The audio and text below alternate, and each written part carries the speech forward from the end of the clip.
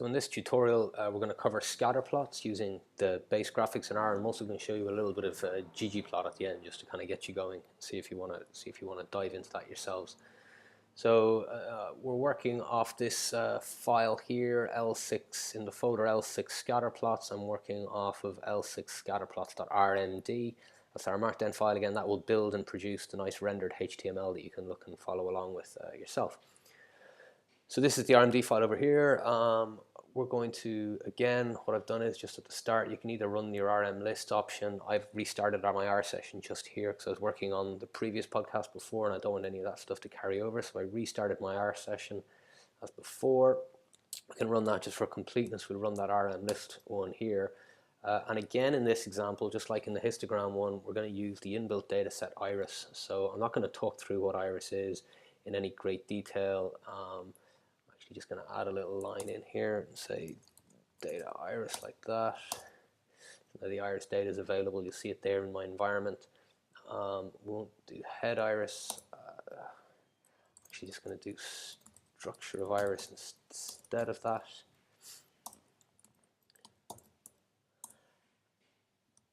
Like that. So just to remind ourselves, this iris data set is some measurements taken on flowers, specifically 150 flowers. 5 pieces of data are available. We've got the sepal length, so that's a measurement of some part of the sepal part of the flower. We've got the sepal width, we've got the petal length, and we've got the petal width. And then we've got an column of species, which is identifying which species it belongs to. It's a factor with 3 levels. There are 3 species: Setosa, versicolor, and the one you can't see is Virginica.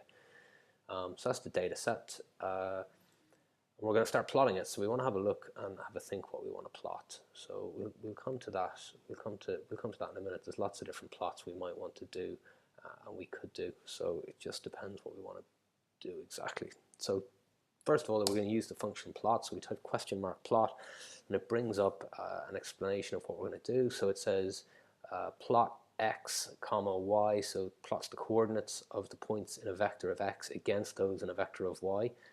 Now the alternative thing we're going to see in a minute is, instead of giving it x and y, you can actually give it a function form using the tilde notation. So we'll come to that, and then there's some various options you can do. You can specify type, etc., and all the rest. You can specify the main, so that'll be the heading just like before, a subtitle, the x label, the x-axis label, the y-axis label, and the aspect ratio. You can play around with all of those. But the other really useful function that you're going to have to get to know if you're using base graphics like this in R, so if we're going to use the plot function, the other function that I'm not going to go through in huge detail is this par. So if we type $par or click this hyperlink here, you'll see this gets or sets queries graphical parameters, and there are loads of them. Okay, so there's lots and lots of parameters available. These are just these are pretty much all of them here, but they all do various different things, and they change the way the figure looks. And we use this to set our layout, for example. So par mf row is what we've used previously to set multi-panels within a single figure window. So we've had a 3x3 panel plot, etc., and you can change all the axes. So loads of options there. You can read through those yourself. It's a bit of a well, you get used, basically you end up finding a file like mine that does what you want, and you copy it from yourself each and every time you want to do it, and maybe occasionally you change a few things and you've got to dive in and try and work out what's going on here to make something. But again, Google is your friend in this, definitely. So that's how you can get some extra help with this. So move on, right? So we're gonna plot. There's 2 ways of doing it. I'll first show you the way that it says to use it in the help file there, and then I'll show you the other way in a second. So we're gonna plot the petal width against the petal length. So we're interested to see, well, how, if do long petals have wide petals, etc.? Do short petals have thin petals or narrow petals? So plot x, y. So this first method is to plot x and y. So it'll plot this thing on the x-axis, which is the petal width, and it'll plot this thing on the y-axis, which is the petal length within iris. Let's have a look at that now. So that's basically our plot there. So we've got petal length on the y-axis as we expected. We've got petal width on the x-axis, and we've just got dots for all of those going up here. And clearly there does seem to be some sort of relationship with wider petals having longer petals as well. So flowers with wide petals tend to have long petals. It kind of makes sense. Now, the way I'd prefer to do this, actually, and it's a much neater way for a lot of reasons, the way I prefer to do this is actually to use this formula method instead. So this takes the tilde to describe a function. So our function here that we want to plot is y by x. We want to plot y as a function of x. So y essentially is the response variable as a function of some other variable x. And that's a useful sort of way of thinking about it, particularly when we move on in this course to think about how we're going to model our data. And this is exactly how we'd model our data. And what I like about this is that this means that the way we specify our model in terms of what is a function of what is also how we plot it. So we'll model y by x, but we'll also plot y by x, and it means that we don't make a mistake and flip axes as easily as we would do otherwise. So I would advise you, where at all possible, to use this tilde notation. The other nice thing the tilde notation does is it means that we no longer have to use this iris dollar sign. So we no longer have to use iris dollar sign, petal width, etc. Instead, what we're going to do is we're going to plot petal length. So this is important. We've had to flip things around a bit. So we're going to plot petal length as a function of petal width. So petal length will be on the y-axis, just like before over here, against petal width, just like before over here. So we've got petal length here by tilde, which is by petal width. We don't have to give it the dollar sign, because now what we can do is we can specify the environment where it expects to find those things. So the environment we're going to pass it is the data frame iris. So what will happen there is when we pass this data set iris to plot, it will look inside there for it. So this is the environment called iris, and it'll look inside there and it will find there something called petal length, and it will find something called petal width, and we don't have to use the dollar sign to be very explicit about it.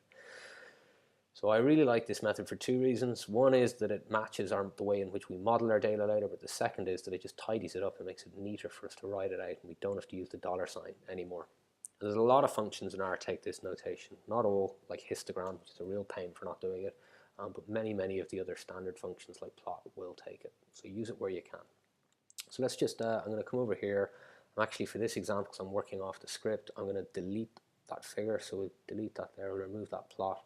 No plots created, and let's just plot this one now, or plot y by x version. That, we'll see we get exactly the same thing. So we get petal length here on the y-axis as a function of petal width on the x-axis.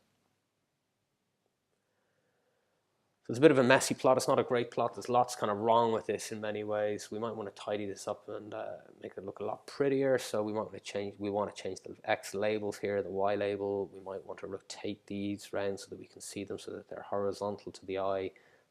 This outer box here is a bit of a waste of ink. Most journals anyway would not want you to have that, so we're going to remove this box up here like that.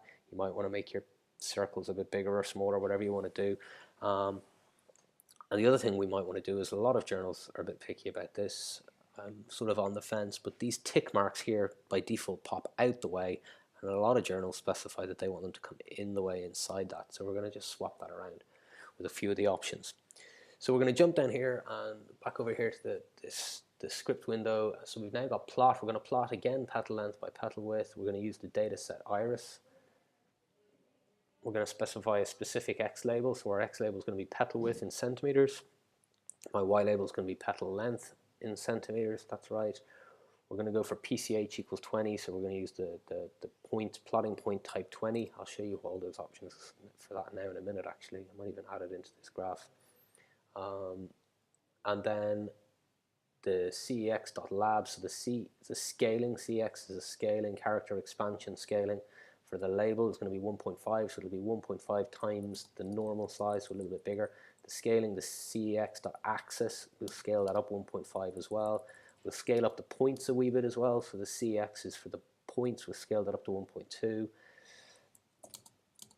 So that's the axis labels done. So the points type chosen, point type 20, we'll see what that is in a minute. The CX label, axis, and point size have been scaled up a little bit compared to normal. We're then going to specify BTY as capital L, so that's box type, capital L. So this box type, we've used that before in the legends. This now is referring to the plot window. So the box type is the capital L. And what that means is that the box type determines which of the lines over here are drawn. And if we think about the capital L, it'll mean that it'll draw this one and this one. So that's exactly what we want. So it looks like a capital L. You can use capital C, which will do the top, the left hand side, and the bottom.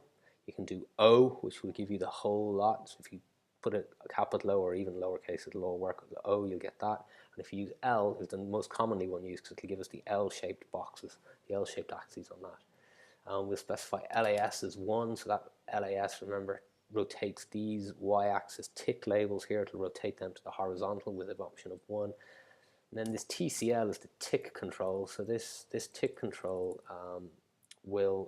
that defaults to a minus value, and that's what makes it go point down the way. If we change that to a positive 0, it defaults to minus 0.5. If we change that to plus 0.5, it'll come up the way, I hope, into the plot. So with all that, let's take a look.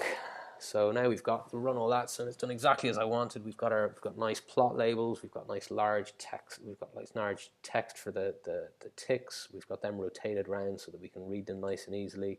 We've got filled black circles now, so that's what that PCH equals 20 option was.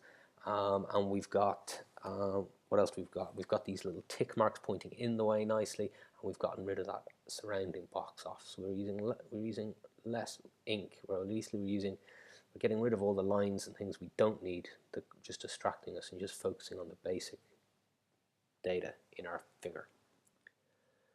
So the other thing we might want to do is we might want to add a simple straight line to that. We might want to fit a line on to help the reader see that there's a pattern, and see what the pattern is, if there is indeed anyone. I strongly suspect there is. So the way we'll do that is with a simple function which is called LM, called linear model. So this will fit a very simple linear model, and it's going to fit just like we plotted it, and this is what I really like about it. So just like we plotted petal length by petal width, we're going to model petal length by petal width, and we'll pass it as well, the data equals iris, so it's all exactly the same, just like it is up above, and that's what I really like. So now our model matches the plot. These linear models we'll come back to again in one of the subsequent podcasts. I'm actually going to talk through them in detail, but for now we're just going to use it to draw a line on the graph. So I'm going to run that linear model, and I'm going to push the output of that. I'm going to store the output into an object called M1 for model 1. So that's just how I keep track of my models. I call them M1 and M2 and M3, etc. And then the function AB line is going to draw a line using that information from the fitted model. So draw an AB line using M1, our model that we fit.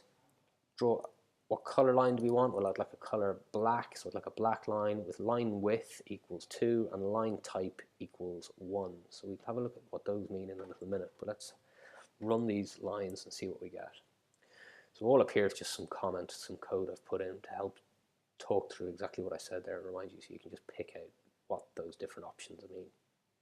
So let's run that. So we run that, we run our model, and now we run the AB line on it. And if we look back over to our line here, it's our screen here with our plot. So we've got a linear, we've got a straight line. This is the best fit straight line through those data. So it's just really useful, quick, easy way for us to get a visualization of what our data look like and to kind of fit a line to it and try and understand what's going on.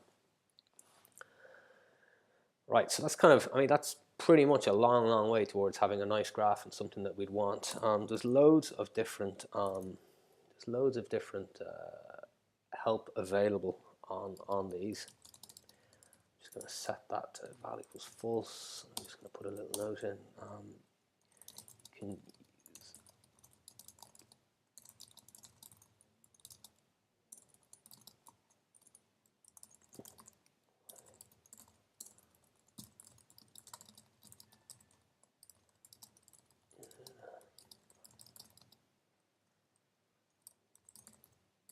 Right, so I'm just not going to evaluate this, but basically, so I've set eval to false, so they're not going to run. So question mark par, I've showed you the par options, the parameter options. They're the general sort of options for the figure in the window, what it looks like and what the points are going to look like. We played around with the common ones. Question mark points will bring up this. I'll show you. So question mark points allows you to add points onto a graph, so you can create a blank graph and you can add extra points. So there's options here include their color, the background fill, if your point has got multiple color options, so some of them have an outer and an inner color. The CX is the character expansion, which is a numerical vector. We've used that already to make them bigger or smaller. And LWD is the line width for drawing the width of the lines on the symbols.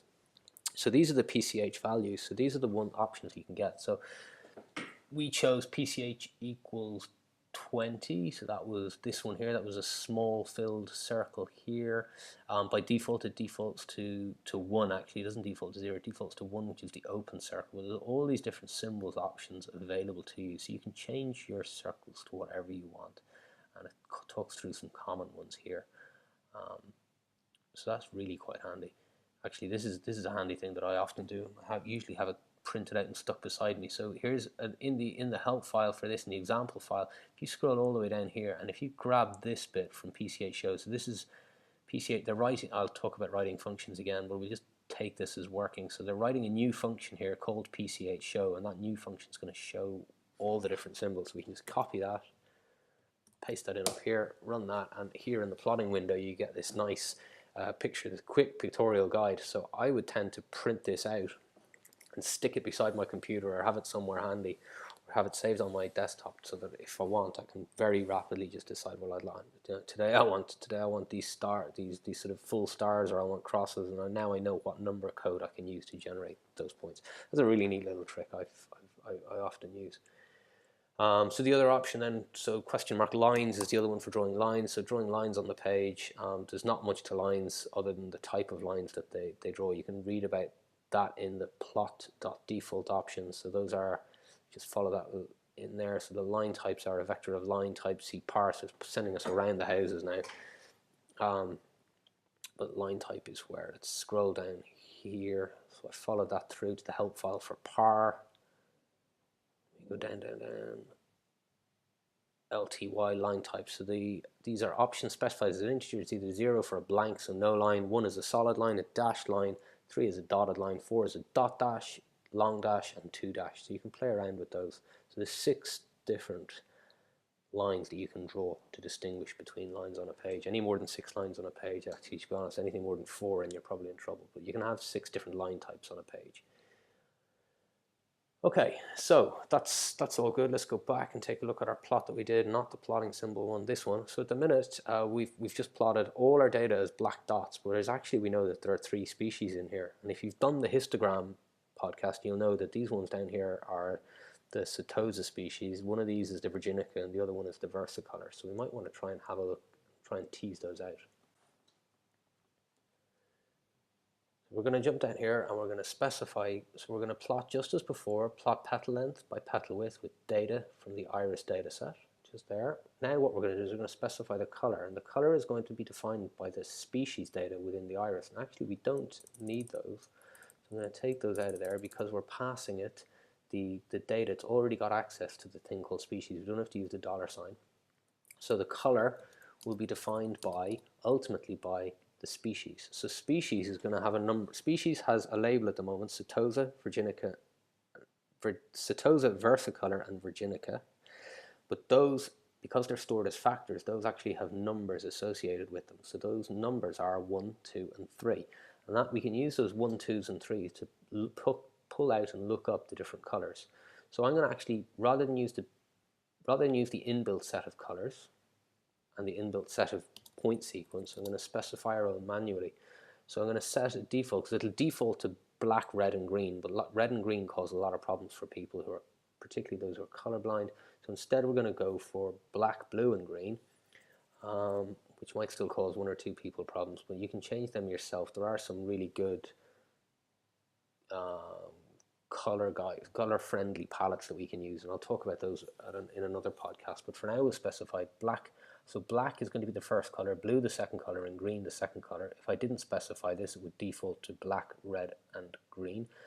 So that's 3 colors, my colors, position 1, 2, and 3. Now then, what's going to happen is the species then are going to look those up into the right species. So if we have a look at this, what this means is going to do is paste that in there. I'm going to have to put the iris back in because it's going to need to know what those are.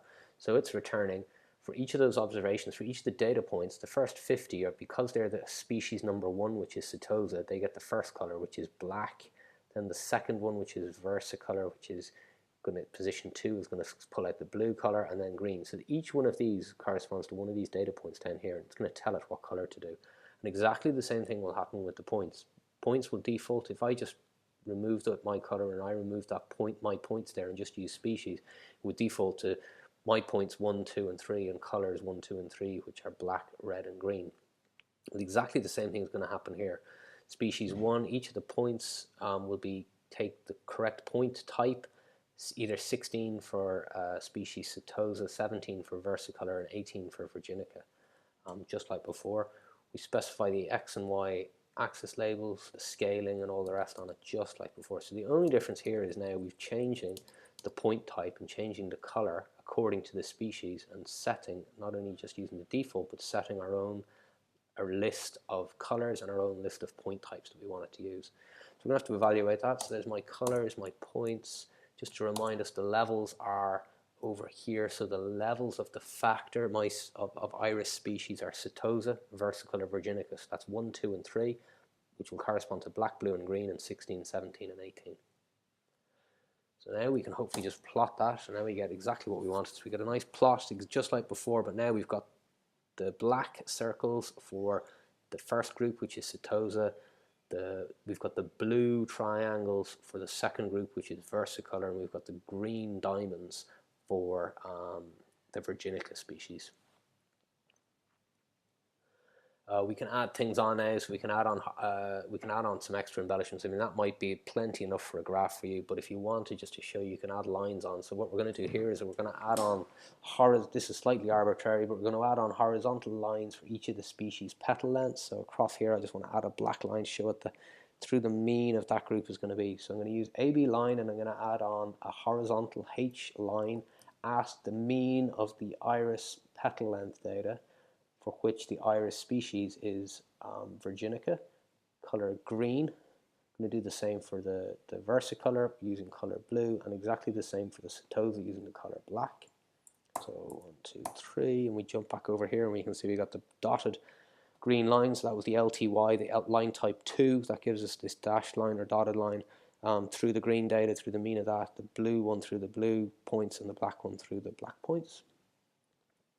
You can add some random text, whatever you want. You can add some if you need for some reason to add text embellishment. So I'm going to add the text here at position X position 1.5, Y position 2. The text is going to be this graph owns, and it's going to be in this glorious peach puff 4 color, and I'm going to make it twice as big as it would by default. So that's it there. Peach puff 4 is utterly disappointing, but that's it down there. We can add some random points in, so you can just add a point on top of the graph if you want. So I'm going to add a point to position 2.52. So X is 2.5, Y is 2, PCH point type 10.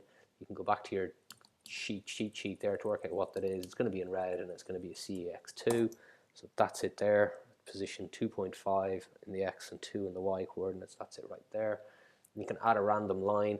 So I'm going to add a line from position X 2.2, 2.5, 2. I'm going to draw a start there, and it's going to end here to the position 2 and 3. Color magenta and line width 2. So that's just this arbitrary line stuck on there meaning nothing. So in this way you can kind of build up your figures. You can add your data, you can add lines that are either meaningful or totally meaningless, and you can add data points on whatever you want. It's just something you want to draw attention to in the graph. There's one of these points you might want to draw attention to. You could slap one of these target kind of markers over it and say, hey reader, look at this one's doing something funny, or something like that. As before, you can save your data. I almost never save data, so I've set that to eval as false. I'm actually just going to take that out of there. I don't even want that there. That's gone. Gone. No longer there. We don't like to save data. You can save this out as, if you wanted to save this out as a TIFF file, you can do it sort of manually here with some code. I'll run through this quickly. I'm not going to evaluate it in the Markdown, because actually with RStudio you can export really easily. You can use this export save as image option here and follow the examples and just save it out wherever you want. But you can also, the other way of doing it is you create a TIFF document first. So the first thing you do is you create a TIFF file or a JPEG file or whatever you want. You give it a name. You say what units you want to specify it in. You define the height of the image, the width of the image, what resolution you want, how many dots per inch you want, the DPI, and what compression you want to use to make it a big or a small file. After you've created the file, you then have to do the plotting into it. So now what's going to happen is, instead, when you call the plot command just as before, instead of it going to a window here, it'll print it into the file. You won't even see it. It'll just go to file, and then you need to close that file to say, well, I'm finished working on it now, with the dev.off, device.off option. And that then will turn that off, and then when you go to your computer and your hard drive, wherever it is you've put this, at the minute that'll go into the working directory. So wherever your current working directory is, which for me is documents/r projects r lectures, you will find this file called petalplot1.tif, and you can then import that into Windows or whatever you want to do. So that's basically it. I mean, that's how you do graphics in base R. It's all very easy. I'm actually going to stop this now, I think, and I'll follow up with a subsequent one following on, where I'll go through the ggplots. I'm going to try to keep this one short, just to say you do your graphing in base R. I'll record a second podcast now, just immediately off the back of this, where I'll run through this other package, this additional package called ggplot2, that's becoming hugely popular for good reasons, in terms of how to make nicer graphs, potentially easier, but it uses a slightly different syntax. It's up to you what you want to choose, but we can pick this up again in the next podcast if you want, or if you're happy with base graphics, as I often am, then just stick with them.